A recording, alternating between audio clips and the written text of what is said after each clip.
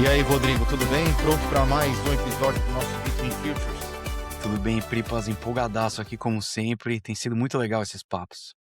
Tudo. E justo agora eu voltei nessa semana do South by Southwest. Sabe que é um evento?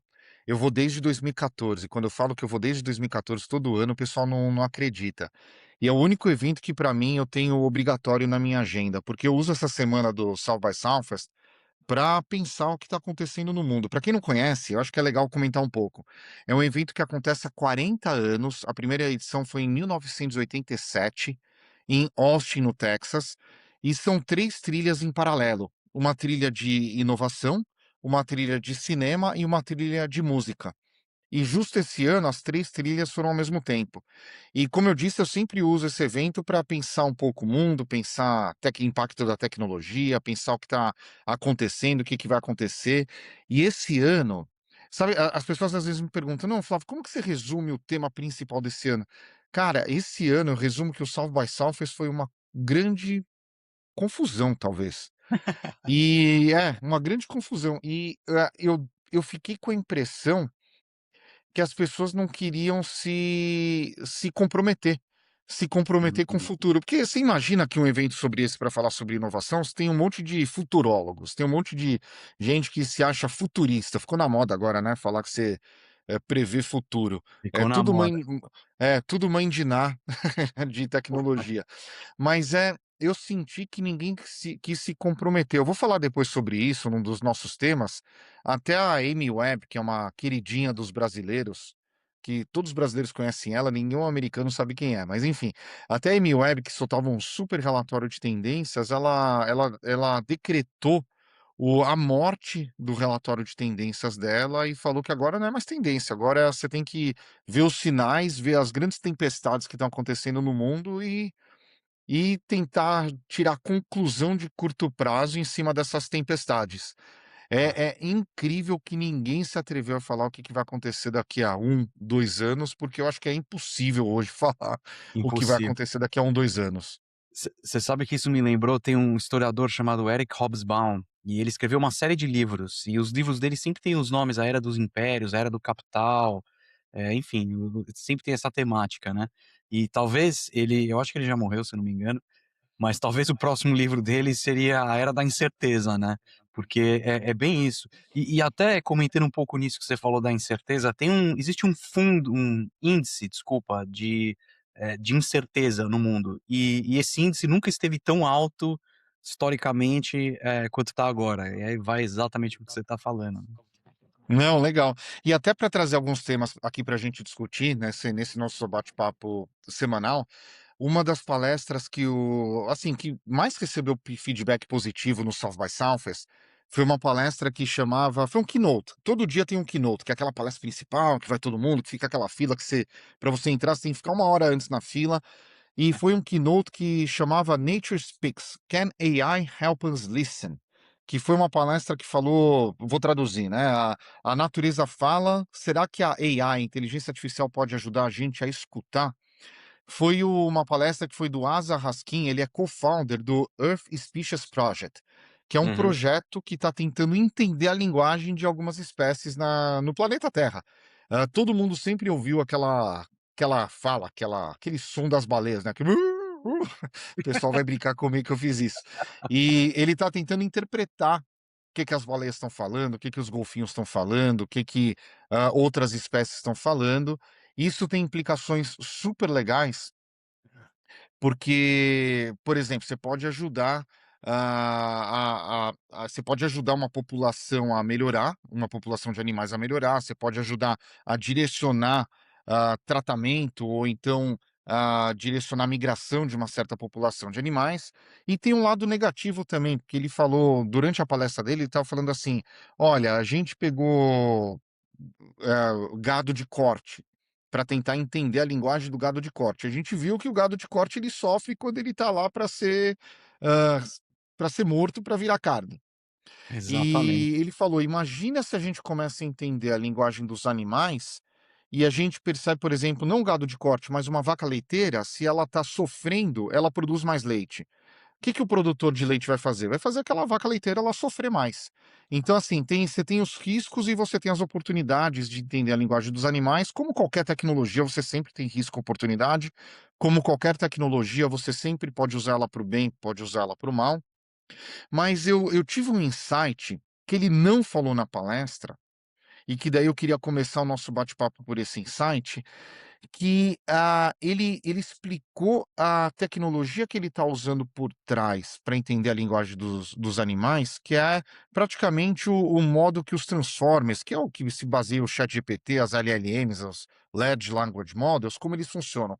Vamos entrar nisso para todo mundo entender, mas eu tive um insight que parece muito com um livro publicado em 1997, que é o The Bible Code, o Sim. Código da Bíblia. E daí eu vou explicar para quem nunca ouviu falar desse assunto, o que que é esse livro. É um livro que eu li há muitos anos atrás, eu gostava do assunto, acho que meu avô ele era fã do Nostradamus, sabe, Uhum. que já que a gente está falando de tentar enxergar o futuro, Nostradamus sempre tentou enxergar o futuro, e uma época me deram esse livro para ler, que chama The Bible Code, do Michael Drosnin, de 1997. O Código da Bíblia. Que ele fazia olha onde eu vou chegar, ó que viagem. Eu vou sair do código da Bíblia, chegar nos LLMs atuais e chegar nessa questão de interpretação de como os animais falam. Que era esse livro de 1997, Código da Bíblia, do Michael Drosnin?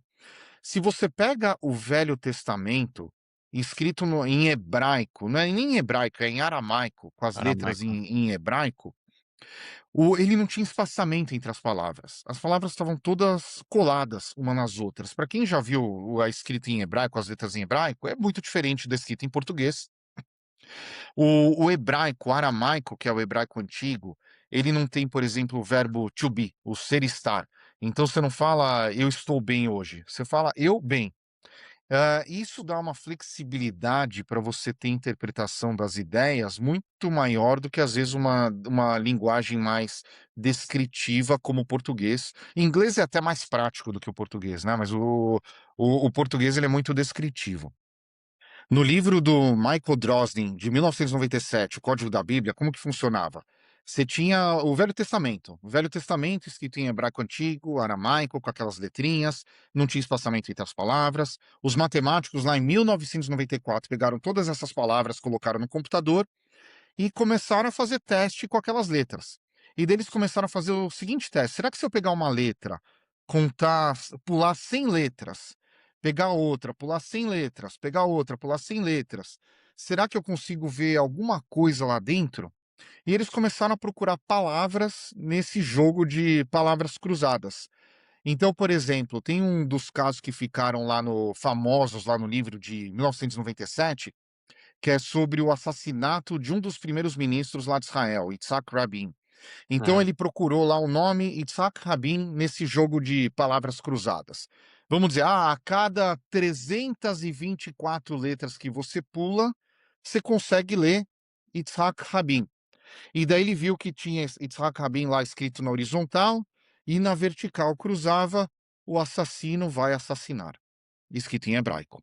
Daí, pô, ele ficou assustado, olha só.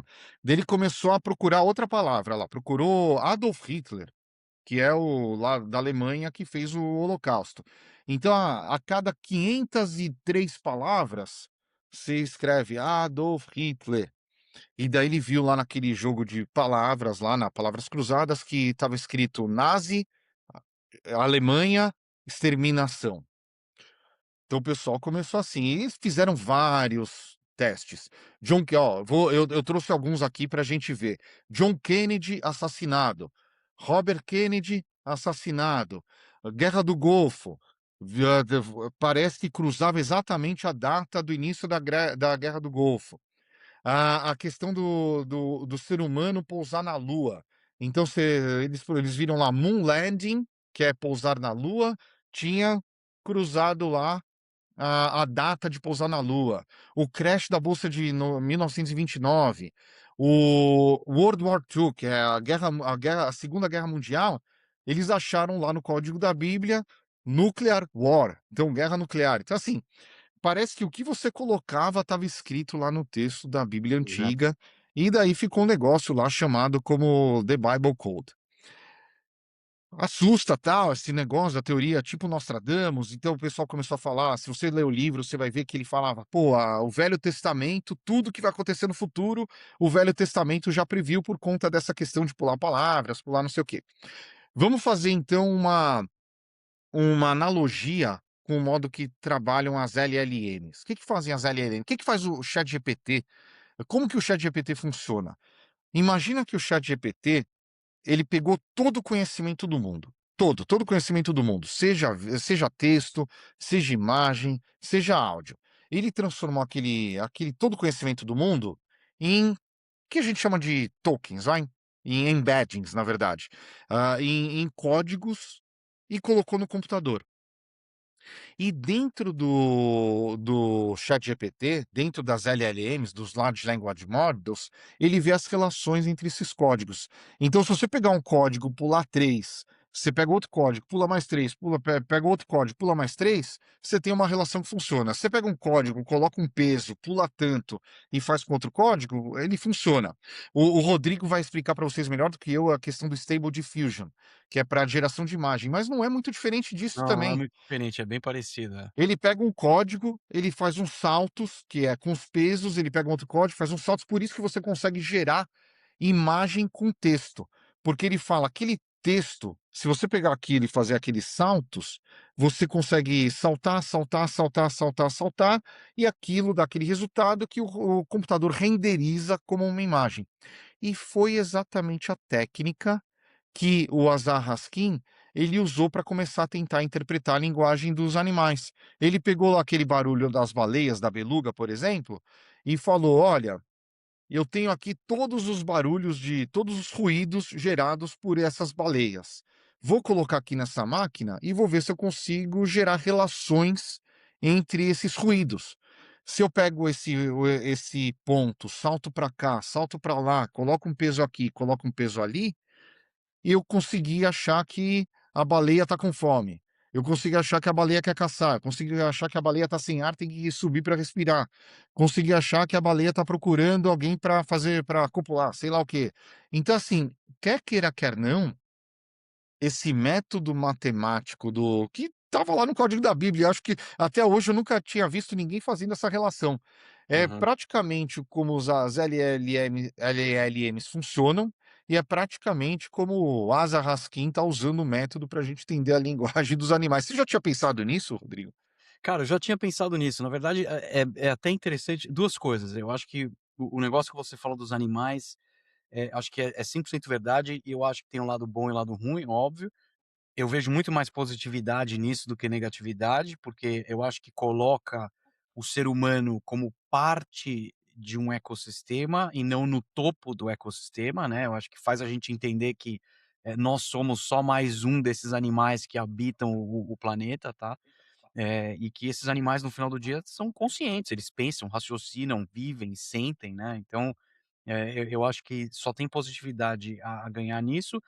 Eh Apesar desse lado negativo que você falou aí, eu acho que, a habilidade de interpretar o que eles estão sentindo, querendo falar e tal, eu acho extremamente positivo.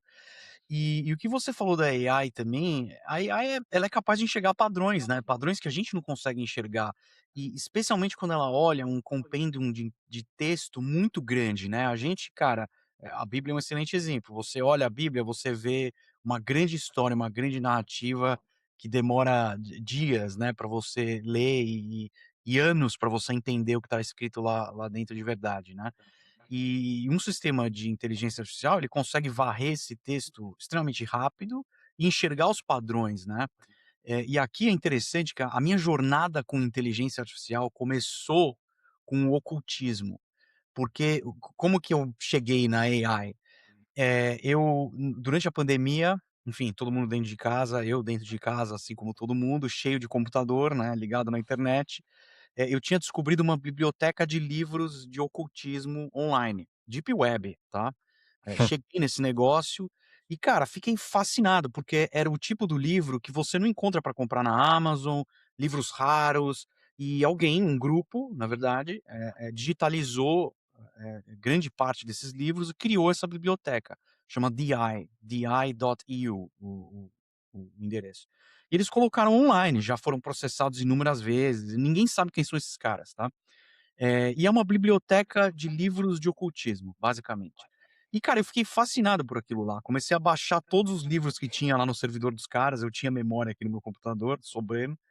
E comecei a baixar. E eu cheguei num ponto que eu falei assim: bom, eu tenho 25 mil livros aqui em PDF agora.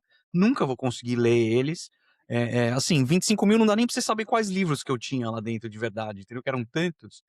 E a minha ideia inicial era, bom, tinha acabado de sair o GPT, era o GPT-2 na época, e para você conseguir acesso como beta tester lá, para testar o sistema, você tinha que submeter um projeto. E eu submeti esse projeto, eu falei assim: "Bom, eu não falei que eram livros de ocultismo". Eu falei assim: "Eu tenho 26 mil livros aqui em PDF, e eu quero colocar um layer de inteligência artificial em cima disso para eu poder fazer perguntas para esse banco de dados". E a minha ideia era justamente essa, era enxergar padrões dentro desses PDFs que estavam desconexos, tá, até certo ponto, para poder extrair respostas. O GPT-2 na época não tinha capacidade de fazer isso, tá, então eu não consegui fazer o que eu realmente queria. Hoje um sistema de Retrieval Augmentation até pode fazer alguma coisa parecida, mas não é exatamente com o que eu tinha em mente. Isso é uma coisa mais avançada, que é o que você está falando, ele analisar o texto e entender padrões. E aqui, o que que eu acho nesse sentido, tá?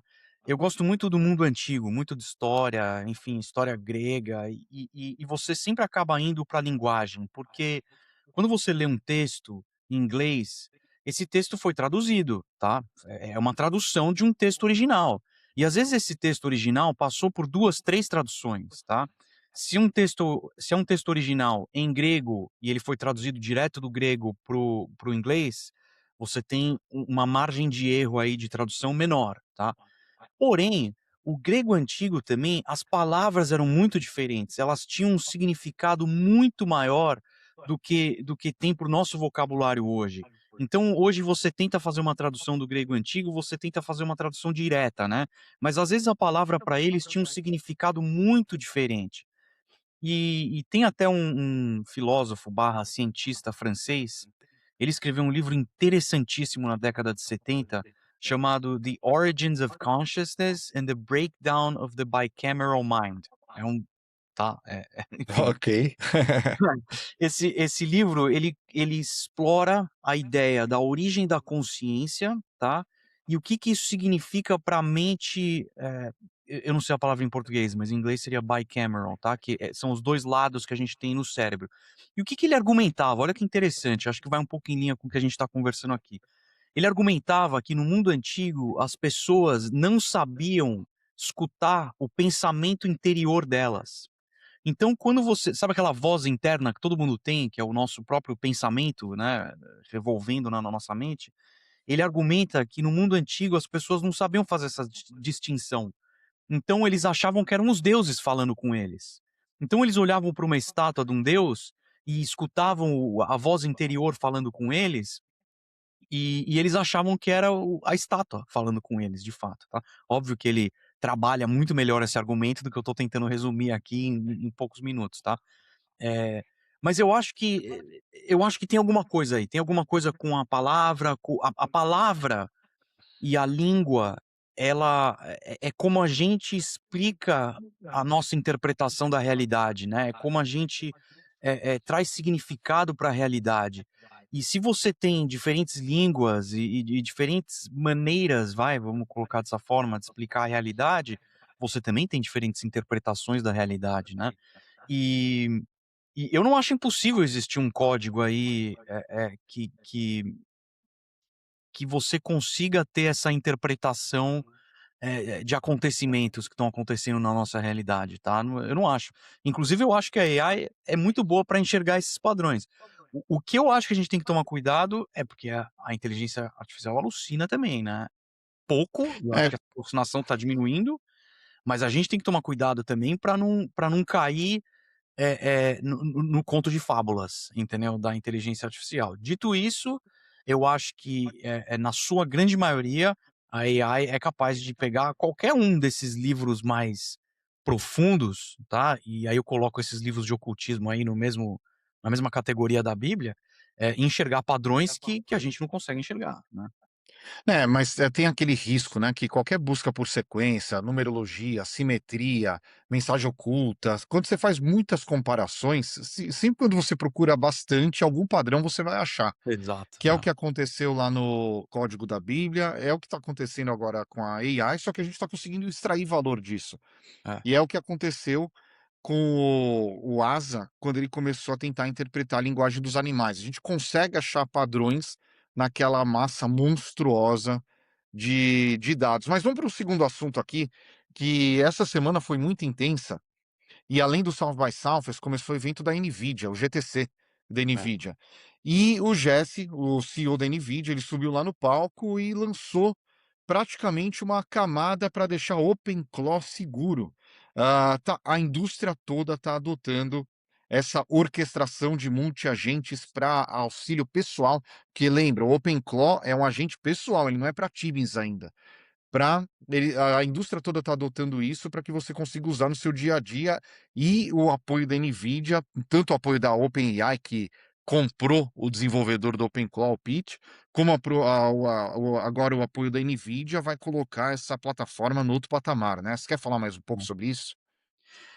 Eu acho que esse evento da Nvidia aí colocou, eh eh, a indústria inteira num outro patamar do dia para a noite, tá. Eu acho que, esse shell que a Nvidia colocou em volta do OpenClaw, ele roda o OpenClaw ainda, ele chama Sim. NemoClaw, né.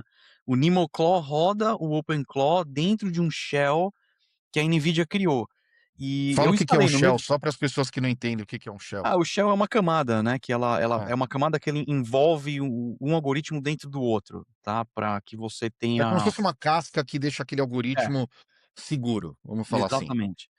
E a casca, esse shell que ela trouxe justamente é focado nessa parte de segurança, que é o que faltava, tá, é o que faltava. Eu no mesmo dia já instalei aqui, porque o algoritmo mirou em pessoas como eu, né, eu tenho as máquinas da NVIDIA aqui, então foi feito para pessoas como eu. E no mesmo dia eu já instalei. O que que eu senti? A instalação é mais difícil, não é mais fácil, tá, ficou mais complicada a instalação, porque esse layer de segurança traz uma série de complicações, você tem que autorizar, a comunicação com o mundo externo, tá. Então tudo que ele tenta comunicar com o mundo externo passa por uma aprovação do operador, tá. Não necessariamente de quem está conversando com o agente, que geralmente é o meu cliente, tá, mas do operador. Eu tenho que aprovar essa comunicação que acontece. E não é uma coisa constante, tá? Você aprova uma vez, e depois ele não vai pedir mais. O que que eu acho? Eu acho que, primeiro, esse layer de segurança era necessário, tá? Eu acho que traz o OpenClaw para a camada enterprise, tá? Fica mais fácil de você implementar isso em clientes enterprise, em empresas que precisam dessa camada de segurança, que não podem sofrer um vazamento de dados, um ataque de intrusão, qualquer coisa desse tipo, né. Então, eh eh, traz essa camada necessária de segurança. E além disso, eu acho que isso para mim foi a coisa mais interessante aí do Nemoclaw, eles lançaram um modelo também junto com o Nemoclaw, chamado Nemotron. Aliás, eu adoro os nomes, Nemotron. E o modelo eu achei a coisa mais interessante, porque eu estava rodando aqui o GPT-OSS 120 bilhões, que é um modelo open source da OpenAI, que dá para você rodar localmente, e ele é o equivalente do GPT-4 mini, tá. E é poderosíssimo para você rodar isso aqui, e ele tem capacidade de raciocínio, né, de reasoning, ou seja, ele planeja, e vai para trás no próprio pensamento e planejamento dele para tomar o próximo passo, né. E o Nemotron é um modelo feito para orquestração de agentes, especificamente, tá, na mesma categoria do GPT-OSS 120 bilhões. E eu tô entusiasmadaço para usar esse modelo, assim, porque, o gasto com token que as pessoas têm tido é muito alto, né. Então quando você traz isso para o local, você diminui consideravelmente aí o gasto de token. E aí o meu ponto é, eu acho que a Nvidia também está apostando no próprio hardware deles.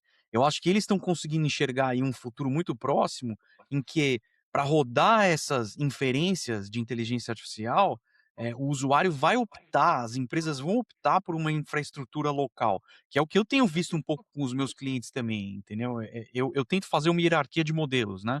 Então tarefas mais, corriqueiras normais do dia a dia, eu coloco no modelo local. Coisas mais difíceis de fazer, eu coloco num frontier model, que é o que a gente tem no cloud aí do Anthropic, da OpenAI, Grok, o que você quer que seja, são modelos mais avançados, né, muito mais avançados que a gente consegue rodar localmente.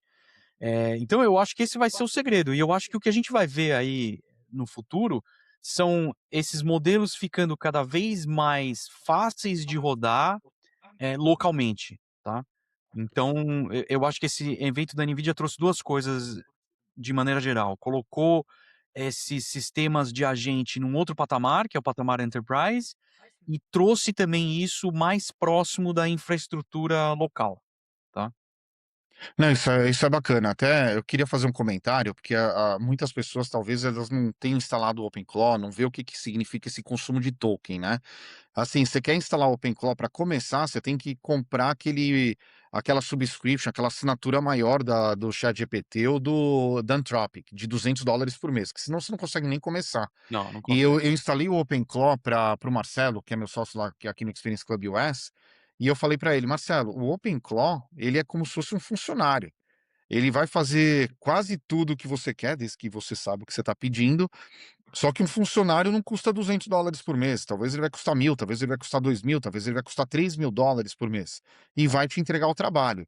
Ele pediu umas coisas complexas sem colocar muito limite, o resultado foi absolutamente incrível, mas consumiu rapidinho os $200, ele já teve que comprar mais crédito. E às vezes as pessoas não têm noção que custa caro, e essa questão de você trazer o processamento para perto, para o seu ambiente local, destrava várias outras possibilidades, né. Vou dar até um exemplo, o carro autônomo da Tesla.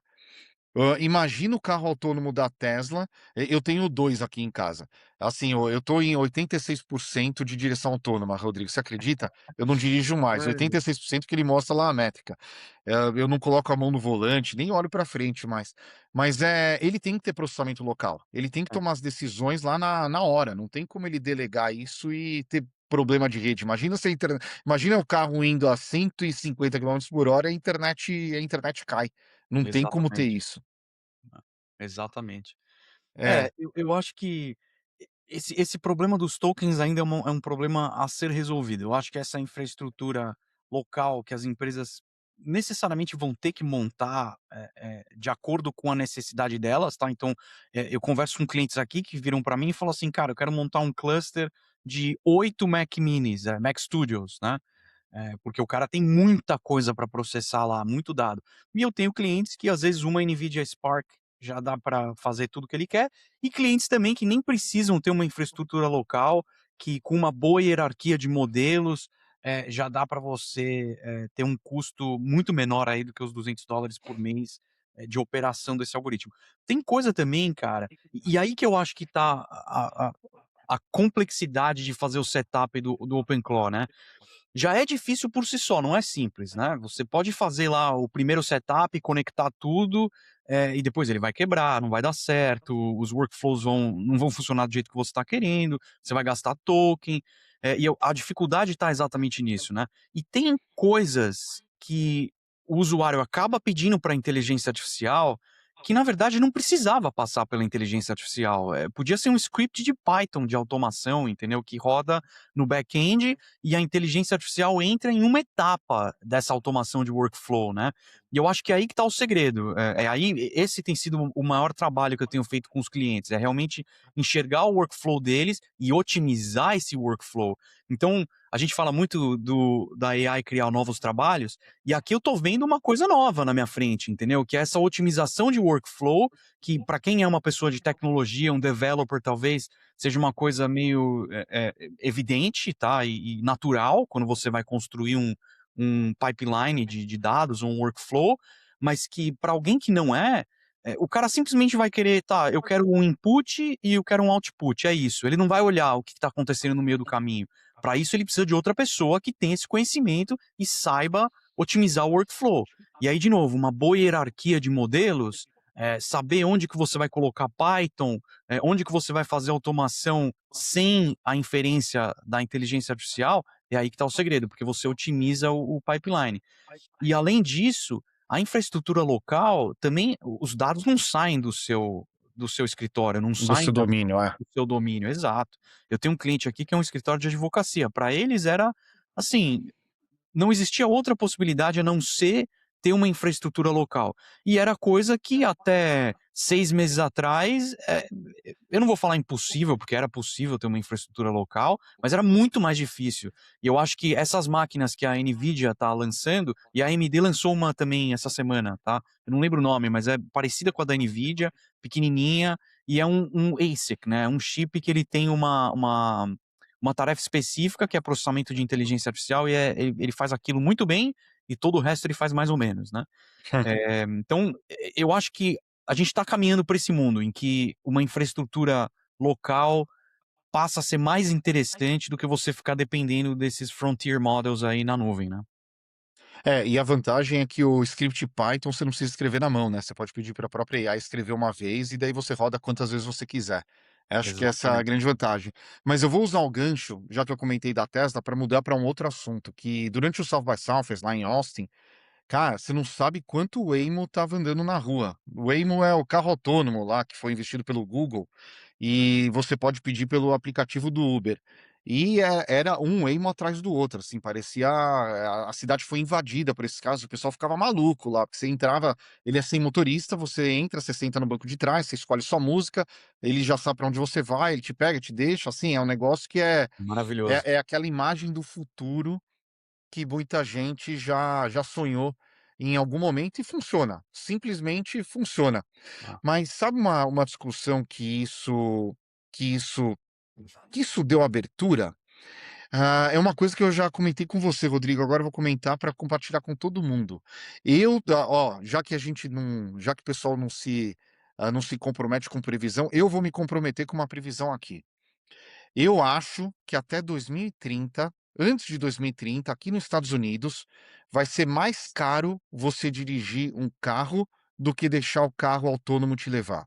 Deixa eu explicar isso. Ó, pode Só do anotar. ponto de vista do Vou falar de seguro já faz novo. sentido. Então, até 2030 vai ser mais caro você dirigir um carro do que deixar o carro autônomo te levar, porque o carro autônomo, ele dirige tão bem, é o que eu te falei, 86% no meu Tesla, ele é autônomo. Eu só pego 14% para fazer alguma coisa, provavelmente para ir para o supermercado e voltar. Mas o carro autônomo dirige tão bem que as seguradoras vão perceber isso, vão começar a cobrar cada vez mais caro você ter um carro que não seja autônomo, e vai chegar um momento aqui nos Estados Unidos que vai ser inviável você dirigir um carro que não seja autônomo. Você só vai dirigir, vamos dizer, eu quero pegar um Porsche manual para dar uma volta numa pista de corrida. Daí legal, você vai pagar uma nota por esse seguro, mas você vai pegar para se divertir, porque o carro que não é autônomo, eu acho que vai sobrar só para entretenimento. Para o dia a dia não tem como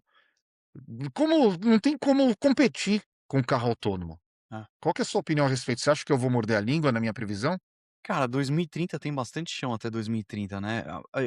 Eu acho que faz sentido do ponto de vista lógico, tá, especialmente quando a gente olha do ponto de vista da seguradora, né. O seguro aqui, enfim, não é todo mundo que tem, mas 90 e sei lá quantos por cento dos da frota americana na rua tem seguro, é uma coisa super comum. Aqui no Brasil ainda mais ou menos, né, tem muita gente que não tem seguro. Mas aqui é muito comum e tudo tem seguro aqui, né, nos Estados Unidos, tudo. Não, na Casa tem Flórida você não tudo. pode nem ter carro se você não tem seguro. É a lei Exatamente, da tudo Flórida. tudo tem É. seguro. Então quando você olha do ponto de vista da seguradora, faz muito sentido, porque a seguradora, não quer que você tenha um acidente, não sei o quê, porque ela não quer, né, botar dinheiro pra consertar o carro ou pagar o que quer que seja. Então quando você olha desse ponto de vista, faz total sentido. O único ponto de dúvida que eu tenho nessa teoria é que o carro autônomo, ele precisa de chips avançados aí, né. Então, a gente tá vendo esses chips ficarem mais caros, mais difícil acesso, envolve metal raro para a produção desses chips, a gente até falou um pouco disso no episódio anterior, e talvez esse seja o ponto fraco dessa teoria, mas eu acho que faz muito sentido. Eu sou assim, eu amo carro, né, enfim, tenho meu simulador aqui de corrida que eu uso praticamente diariamente. Mas cara, aliás, esse simulador é um bom exemplo. Eu tive carro esportivo aqui nos Estados Unidos e tive carro clássico no Brasil. Cara, os 2 eram uma dor de cabeça, os 2 eram uma dor de cabeça. O carro clássico quebrava a cada 2 voltas que eu dava com ele, ele quebrava na terceira. Eu saía cheirando a gasolina. Era uma delícia de dirigir, mas a minha esposa odiava, porque ela também a gente ia para o restaurante, ela chegava cheirando a gasolina Pódium. E e o carro esportivo também, você se diverte, tal, não sei o quê, até chegar a conta do seu disco de freio, da sua pastilha, do seu pneu, do bushing da suspensão, tudo isso é muito caro num carro esportivo. E pra mim o simulador, putz, eu, assim, chega no final do dia, eu tô cansado, quero me divertir um pouco, eu entro, vou correr em Le Mans, 1988, com um carro que eu nunca vou dirigir na vida, entendeu? E essas coisas estão ficando muito reais, cada vez mais real, né? Hoje, por exemplo, aqui nesse setup eu uso o Mixed Reality, que você tem a realidade virtual, você enxerga o volante e o painel e o seu corpo na vida real, e tudo que você vê fora do cockpit, você vê o software, né? Inclusive meu simulador de voo, que é o que mais impressiona, assim, do ponto de vista tecnológico, é a mesma coisa. Você olha o corpo real, os painéis, tudo na vida real, e quando você olha para o lado, você vê você voando com o seu ala. Então, assim, eu acho que o automobilismo não vai morrer. Eu acho que esses carros esportivos com certeza vão continuar existindo, e existindo ainda com motor a combustão, na minha opinião. Eu sou bem purista nesse sentido, tá? Mas eu acho que você tem razão. Eu acho que o carro autônomo vai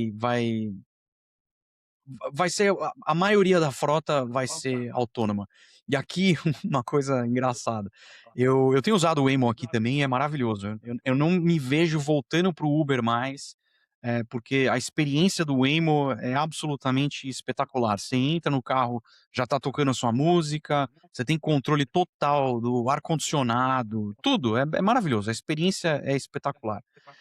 E o meu filho, ele sabe o que que é o Waymo, a gente já andou de Waymo aqui, eu e ele adorou, ele falava que era o Transformer, o robô do Transformer, porque não tinha motorista. E recentemente a gente comprou pra ele um táxi de Lego. Você acredita que ele virou pra mim e falou assim: "Pai, que é táxi?" Aí eu falei: "Pô filho, não é possível, você sabe o que que é Waymo, você sabe o que é Uber e não sabe o que é táxi?" E ele não sabia, porque você não vê táxi mais aqui. Raríssimo você vê no aeroporto, assim, Táxi pouco. amarelo. Não vê mais. Mas enfim, eu acho que essa sua previsão aí faz sentido na minha cabeça. Não, só um parênteses aqui, sabe que meu filho hoje ele vai fazer 14 anos, mas quando ele tinha uns 2 anos ele pegava a revista, tentava passar as fotos com o dedo. É, Mas, mas o mas enfim, é um negócio que não só a previsão, mas eu discordo de uma coisa que você falou sobre o preço dos chips.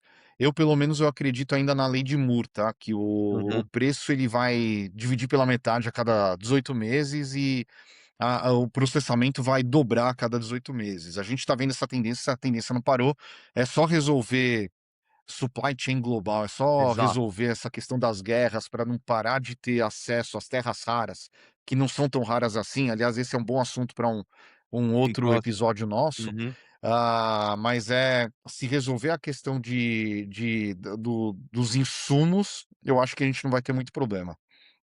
Mas faz eu vou sentido. usar o exemplo do Tesla também para a gente ir para um outro assunto, que foi muito conversado durante o South by Southwest também, que é o que o pessoal começou a chamar de gradual disempowerment, ou seja, aquela quando a gente quando nós humanos começamos a perder o nosso poder de forma gradual por conta da AI. Deixa eu explicar melhor essa história. É quando a gente começa a delegar tantas coisas para AI, porque a AI decide melhor, e a gente deixa de fazer as coisas. É um processo que está sendo incremental, né? Os sistemas de AI, eles estão começando a tomar decisão melhor, mais rápida, mais barata, em cada vez mais contextos diferentes, e a tendência natural dos seres humanos é abrir mão do julgamento, da autonomia e da responsabilidade. Num primeiro lugar, por conveniência, porque é mais fácil, mais rápido e mais barato. Só que depois isso vai criar dependência da AI. É, E tem uma discussão muito grande como que a sociedade fica nesse cenário e, mais urgente, como que a gente vai educar os nossos filhos, uma vez que a gente está abrindo mão de julgamento, autonomia e responsabilidade, porque a AI está ficando cada vez melhor e a gente está ficando cada vez mais dependente da AI. Para mim, esse é o assunto mais urgente dos próximos 5, 10, 15 anos, talvez. Como que a concordo, gente vai trabalhar com esse gradual disempowerment? concordo com você.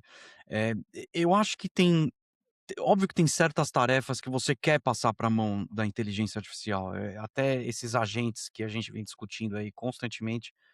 A grande maioria das tarefas que a gente passa para ele fazer, são tarefas que a gente quer, na verdade, que ele faça, a gente quer tirar da nossa mão, são coisas mecânicas, são coisas chatas de fazer e coisas que não que na sua grande maioria não estão adicionando, intelectualmente na sua vida.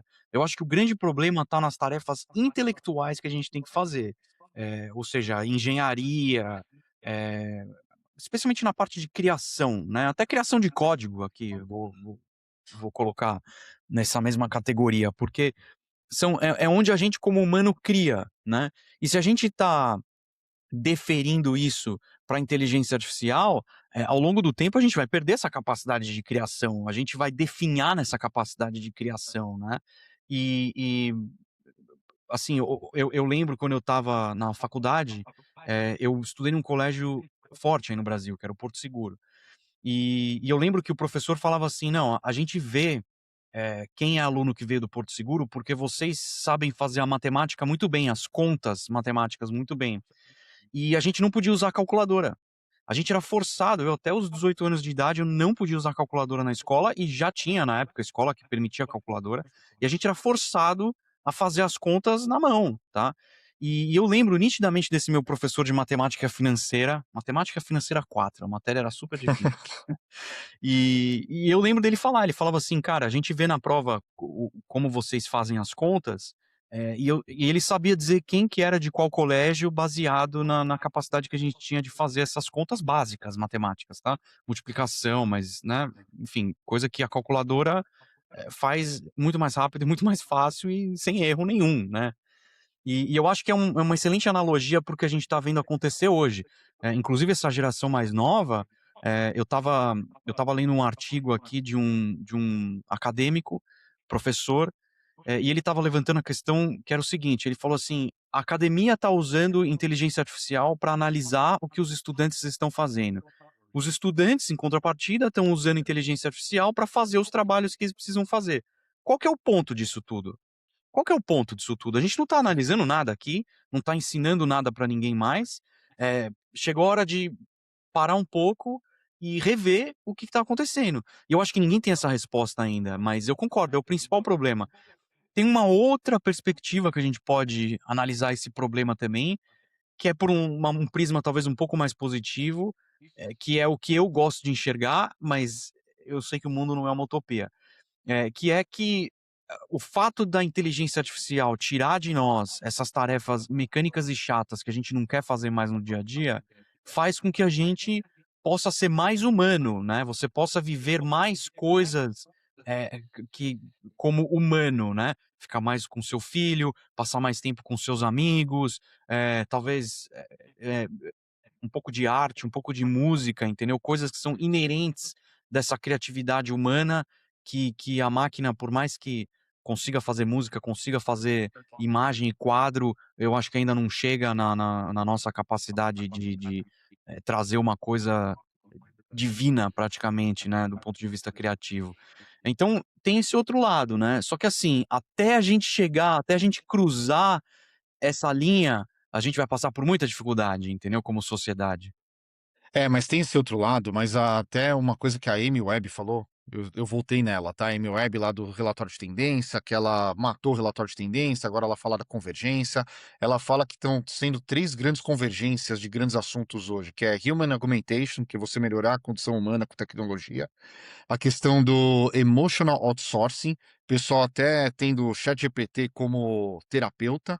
É, Isso eu acho que é um capítulo para uma outra sessão, que é um é um excelente outro assunto. episódio, que é legal a gente falar sobre isso.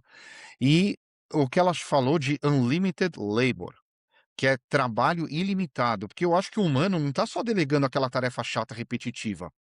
Esse que é o, vamos dizer, o risco para como a gente entende o trabalho e a sociedade hoje em dia. Quando os agentes e os sistemas automatizados, eles conseguem produzir trabalho sob demanda, em escala e sem fadiga, ele não se cansa, a referência vai para as empresas, ela vai deixar de ser o melhor funcionário e ela vai passar a ser a capacidade infinita de execução. Porque É, daí você vai qual que vai ser o incentivo? É você delegar cada vez mais trabalho para AI, os agentes de AI, porque ele vai estar sempre disponível, barato e escalável. Isso daqui ela muda a base econômica de como que as empresas operam. Até um outro speaker que eu gosto muito, que é um amigo meu, quando ele vem aqui para Miami, a gente sai junto, o Ian B. Craft, ele falou muito sobre isso.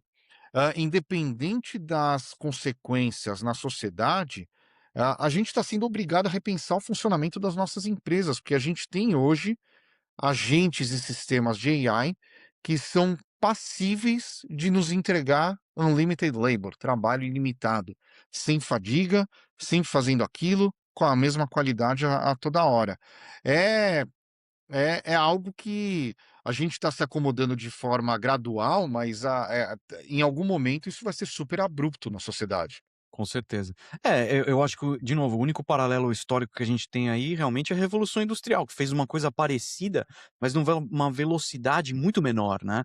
Que É. hoje a gente até tocou um pouco nesse ponto aí no episódio passado também, que a velocidade de distribuição desses sistemas hoje é muito mais rápida. A Revolução Industrial significava, pô, montar fábrica, e levar as máquinas e tudo isso tem um tempo para você montar essa infraestrutura toda de automação, né, como era na época. E a mesma coisa aconteceu um pouco na Revolução Industrial, que você vinha. Vou dar um exemplo aqui, eu gosto muito de história, né, então a Inglaterra, quando era o grande império aí que dominava o mundo, eles tinham uma série de artesãos que construíam os navios deles, os navios, as naus, né, enfim, chamava Man o' War, os navios deles. E era artesanal o trabalho deles. Eles mantinham, por exemplo, uma floresta de árvores de carvalho que a cada 20, 25 anos, tá, eles tinham uma renovação dessas árvores, pra poder fazer o mastro do navio e o casco, esse tipo de coisa. E depois que veio a Revolução Industrial, que os navios começaram a ser feitos de metal e aço e tal, esse trabalho se perdeu, desapareceu, o artesão deixou de existir. Porém, sobraram poucas pessoas e o trabalho dessas poucas pessoas que sobraram, ainda é extremamente valorizado, esses caras ganham uma grana, então ainda tem alguns desses navios, inclusive em serviço na marinha britânica, o HMS Victory, por exemplo, é um navio do século 18 ou 19 e está em serviço ainda, ele tá parado, obviamente, é um museu, mas está em serviço, ainda pertence à Marinha Britânica. E eles precisam manter isso. Então, o cara que vai lá e restaura e refaz, a gente viu isso em Notre Dame também, quando pegou fogo, pô, tiveram que achar artesões para fazer lá todos aqueles afrescos que adornavam a igreja, esse tipo de coisa. E essas pessoas existem e são extremamente valorizadas. E eu acho que isso vai acontecer um pouco com inteligência artificial também. Muitos desses trabalhos que são hoje normais vão desaparecer, mas ainda vão ser necessários do ponto de vista humano, numa escala menor, e quem ainda for o especialista, eu não sei quais, tá? Não sei quais desses trabalhos os que vão sobreviver a essa grande automação do trabalho intelectual, mas alguns vão. E essas pessoas ainda vão ser extremamente valorizadas, porque elas ainda têm essa capacidade, de manter o mundo antigo operando, né, vamos colocar dessa forma. É, mas, sabe que para mim esse é um ponto que a gente vai discutir bastante no futuro próximo, tá, porque a Uhum. gente tem a questão do human in the loop, que é o humano lá no meio do processo da operação sendo executada pela AI. Ah, Hoje, o humano aprova, é o que você falou, você tem que aprovar lá o que vai no NVIDIA Spark, o que está à disposição, o que sai do NemoClaw, etcétera. Hoje o humano aprova, daqui a pouco o humano só vai supervisionar. Depois disso, quando a AI realmente ficar muito boa naquilo que ela está fazendo, o humano vai virar exceção. O humano vai virar, na verdade, ele vai atrapalhar o processo. Então a repercussão disso no futuro é algo que algumas empresas já estão se antecipando até. Total. E vai ter implicação muito grande no mercado de trabalho. Total. E voltando um pouco também para esse ponto das empresas que você trouxe, a eu acho que 100% das empresas, 100% delas vão ter que parar, olhar para os processos que elas têm hoje, funcionando e repensar esse processo, 100% deles. A gente está vendo empresas que estão nascendo numa era pós-inteligência artificial, que já nascem com uma vantagem competitiva tremenda. Então, se você Exato. como empresário hoje não para, reflete e revê os processos que você tem hoje, você vai ficar para trás muito rápido, porque você fica para trás para a empresa nova que está nascendo e para o seu concorrente que está fazendo isso. Então, eu acho que hoje é uma coisa necessária para os empresários e para os líderes aí de organizações, tomarem essa posição de falar: "Opa, espera aí, estamos entrando num mundo novo, vamos parar, vamos analisar os processos e entender o que que a gente pode mudar, se adaptar". É interessante que as empresas vão ter que ser mais maleáveis, né, Pripas? A capacidade de adaptação rápida a novas realidades, passa a ser de extrema importância para as empresas hoje em dia, né. Elas têm que se adaptar rápido. É, mas olha o que já está acontecendo, que a gente tem que abrir os olhos e tentar entender esses movimentos, porque isso eu acho que vai acontecer cada vez mais. No episódio 2, há 2 semanas atrás, a gente falou sobre o caso do Jack Dorsey, da Block, da Square, que ele demitiu da noite para o dia 4.000 pessoas da empresa, 40% da empresa, falando: "Olha, eu iria demitir vocês de qualquer maneira daqui a 1, 2, 3 anos por conta da AI, eu já quis fazer isso agora, porque quem ficou, ficou, quem não ficou, não ficou, e eu já vou começar a automatizar meus processos". E essa semana, a Atlassian, para quem não conhece, tem várias ferramentas que os desenvolvedores usam, tá, e pessoas usam. Tem o Gira, tem o Confluence, que é para knowledge management, tem o Trello, que são aqueles boards, tem o Loom, que é para gravação de tela.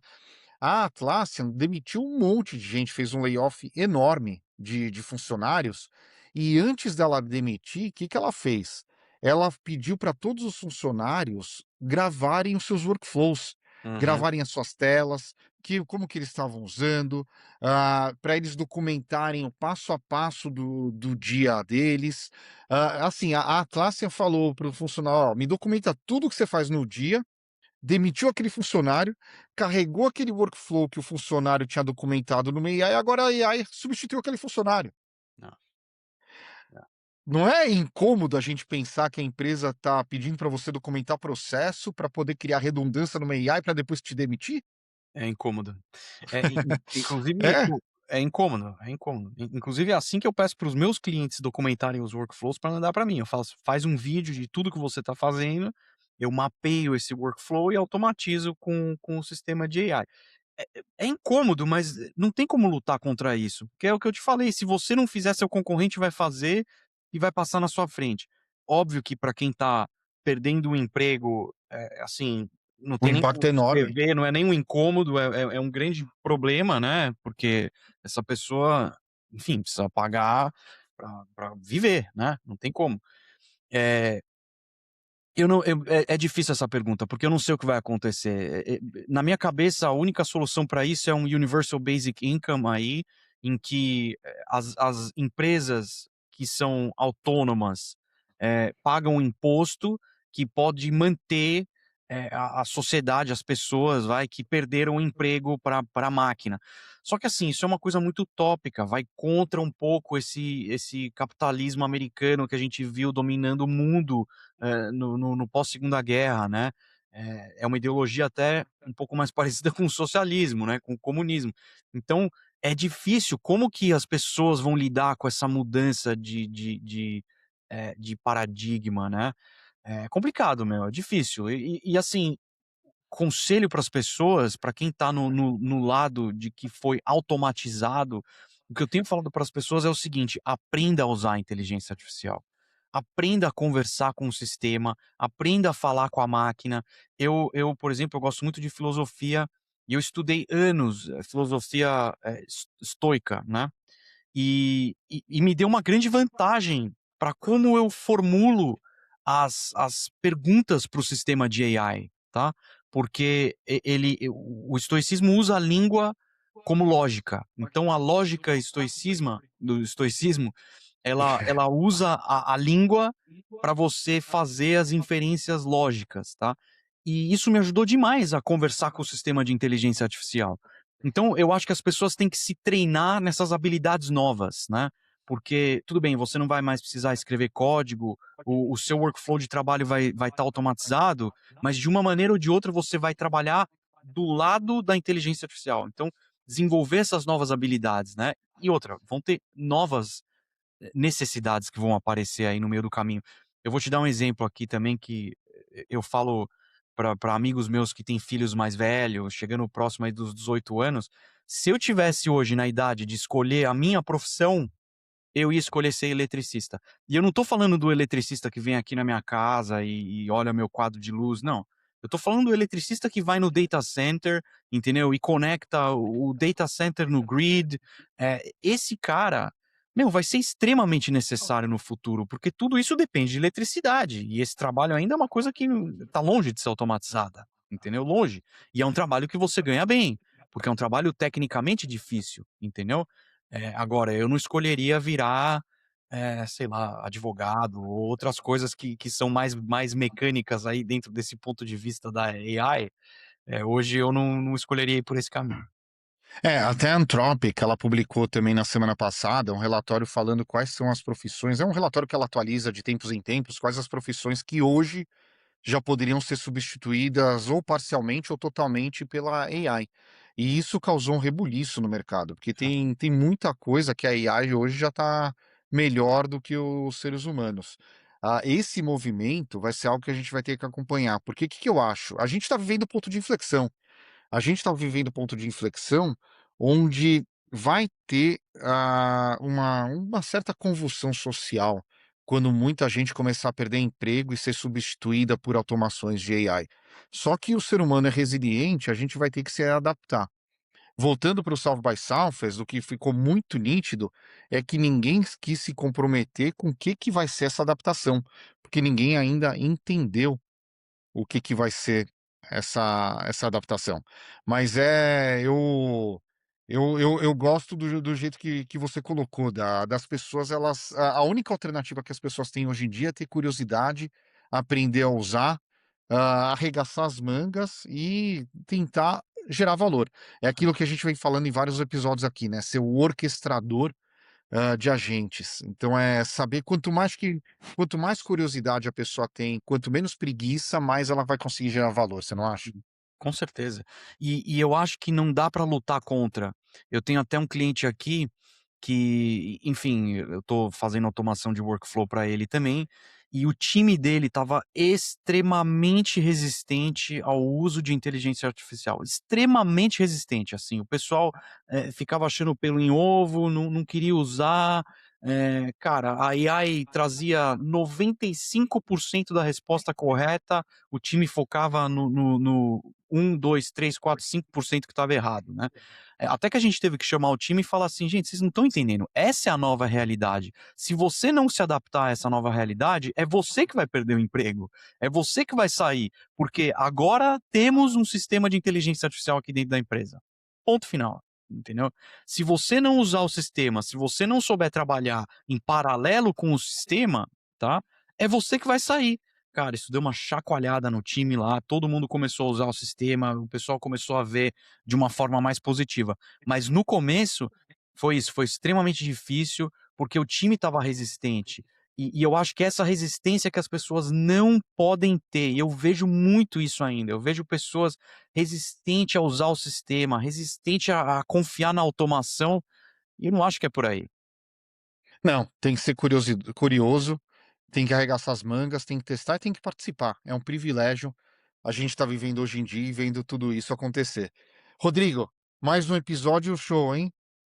Vamos ver o que que acontece nesse Between Futures e a gente vai continuar essa conversa toda semana. Se alguém tiver alguma dica de um tema para a gente discutir, só mandar aqui. Com certeza, muito bom o papo. Peço desculpa pelo meu cachorro aqui, que provavelmente tinha alguém na Não, porta da mas minha aqui a casa. ideia é essa, um bate-papo mesmo. É para isso É que a gente isso. está aqui.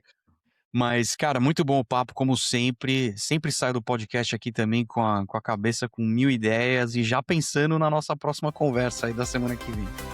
Muito bom. Uma boa semana pra Valeu. todo mundo. Valeu. Valeu, abraço.